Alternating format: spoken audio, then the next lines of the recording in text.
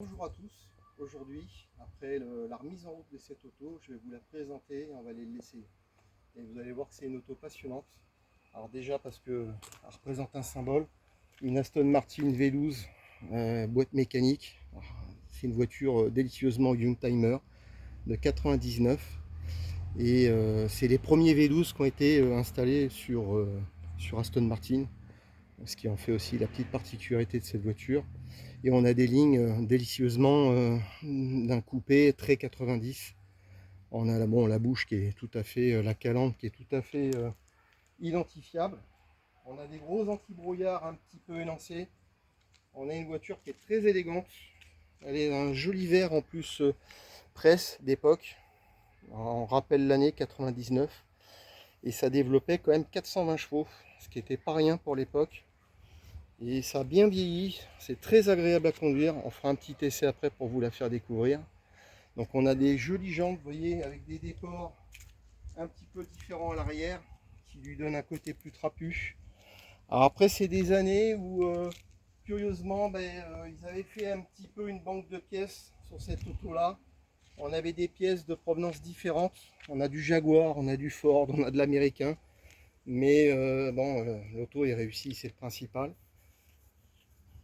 Donc on va détailler un petit peu les pièces. Je crois qu'on a des feux, alors je ne veux pas faire crier les spécialistes, mais je crois qu'on a des feux de provenance Mazda. On doit pouvoir les retrouver sur une 323 de souvenir. On a des poignées, des serrures de Ford avec des commodos Ford, des boutons Ford intérieurs, un castillage. On a tout ce qui est bloc, refroidissement, qui est du Jaguar par exemple. Là on était dans une concurrence directe avec une Maserati 3002, avec une Jaguar XK8. À l'époque, j'ai des essais presse qui la comparaient même à une Maranello. Là, on a les mêmes ingrédients. On a une boîte mécanique 6 vitesses, on a un V12 atmosphérique, 420 chevaux.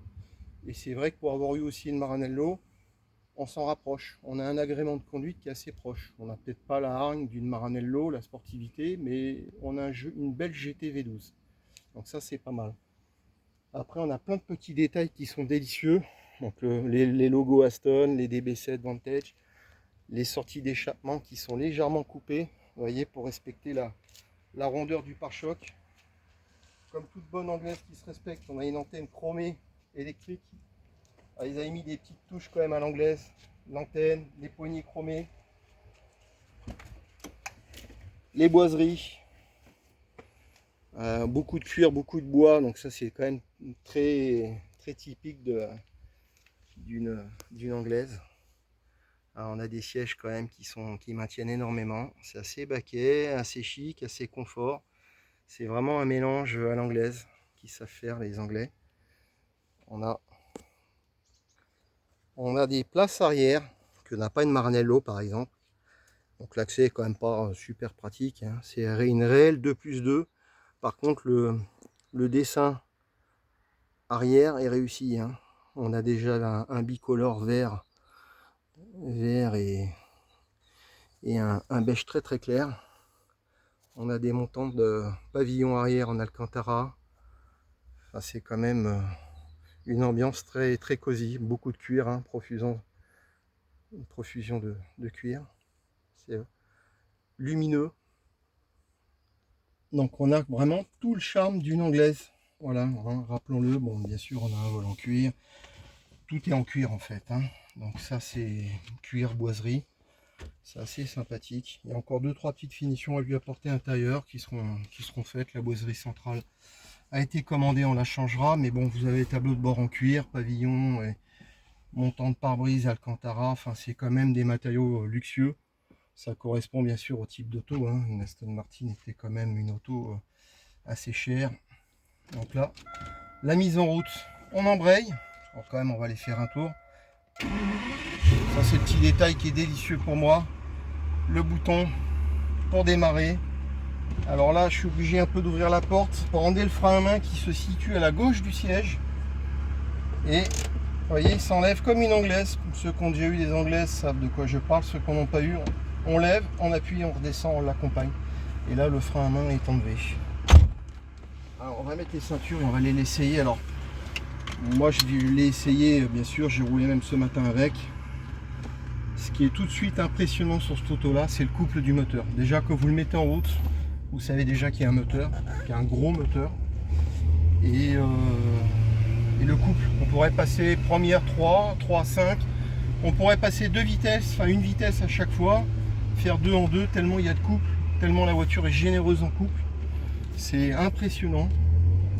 Et voilà, on a vraiment la définition d'une GT, quoi, hein. Là j'appuie à peine, on est collé au siège, gentiment, toujours, jamais avec de la brutalité, mais avec beaucoup de souffle. Et des fois on regarde le contour, on a l'impression qu'on va à des régimes un petit peu plus élevés, on est à 1200 tours. Enfin c'est impressionnant, on peut même être en 5e, 6e à 1000 tours, 900 tours et la voiture reprend avec force, vous voyez. C'est quand même, ça c'est un agrément de conduite pour ceux qui connaissent les grosses cylindrées qui est quand même appréciable. On va aller faire un essai un petit peu plus long quand même. Donc la boîte, c'est une boîte Tremec 6 vitesses. Bon, pour la petite info que je vous donne, parce que on l'a découverte assez récemment, c'est une boîte Tremec qu'ils ont mis par exemple dans des Dodge Viper. On va fermer les fenêtres pour s'entendre un peu mieux. Mais cette boîte là a des rapports spéciaux pour la Stone DB7 en V12. Voilà. Mais on est quand même sur une boîte US. On a un pont Jaguar derrière. On a des pièces qu'ils ont prises, bon, qui ont été certainement validées, éprouvées. Enfin, voilà, la boîte Tremec, c'est une des boîtes normalement les plus fiables, hein, qui encaisse des gros couples moteurs. Le pont Jaguar, on n'en parle pas, hein, il a été mis à toutes les sauces. Bon, ça, c'est on va dire que c'est des pièces endurantes sans aucune difficulté. Et alors, cette voiture-là, bon, on se prend au jeu de rouler, vous voyez, allez, je fais 3-5, j'étais déjà pas haut, hein, je suis à 1000 tours. Et ça repart comme si on était en deuxième, c'est juste impressionnant, quoi. Et on va faire un petit bout de voie rapide et comme ça vous allez vous faire une idée de cette auto là, qu'on ne voit plus du tout rouler sur les routes. Puis on a un petit feulement pareil du 12 quand on accélère à peine, c'est pareil, c'est délicieux. Là j'appuie à peine, on sent qu'il y a du monde quand même devant, hein, mais c'est quand même type GT, c'est pas une sportive. Après on a un châssis qui est quand même bien rigide. Si on déconnecte l'anti-patinage, ben, ça peut être méchamment joueur au besoin. Et là si j'appuie, ça monte sans... En fait ça marche tout le temps. De 1000 tours à plus haut régime. Là vous voyez je fais 4, 6 et on est 1500 tours et j'appuie, ça repart. Enfin c'est bon. C'était quand même une auto, juste pour vous donner quelques petits chiffres, à l'époque qui était quand même donné pour près de 300 chronos. C'est-à-dire qu'on a des rapports de boîte. Moi j'aime bien étudier un petit peu les autos, les données techniques, ça me plaît bien. Qui était donné en 6e à 1000 tours pour 50 km/h, presque 51 km/h. C'est-à-dire que si on fait un ratio en 6000 tours, on est à plus de 300 chronos réels. Ça c'est les données rapport de pont de boîte. Donc c'est quand même intéressant de savoir ça, et on était donné quand même pour un 0 à 100 à l'époque en 5 secondes, ce qui est des performances supérieures à une Porsche 930 Turbo. Enfin, voilà, ça donne un petit peu la donne de l'auto qu'on essaye, hein. On est quand même dans une GT à performance, à haute performance. C'est quand même et dans une auto confortable qui est taillée pour faire de la route en fait, hein.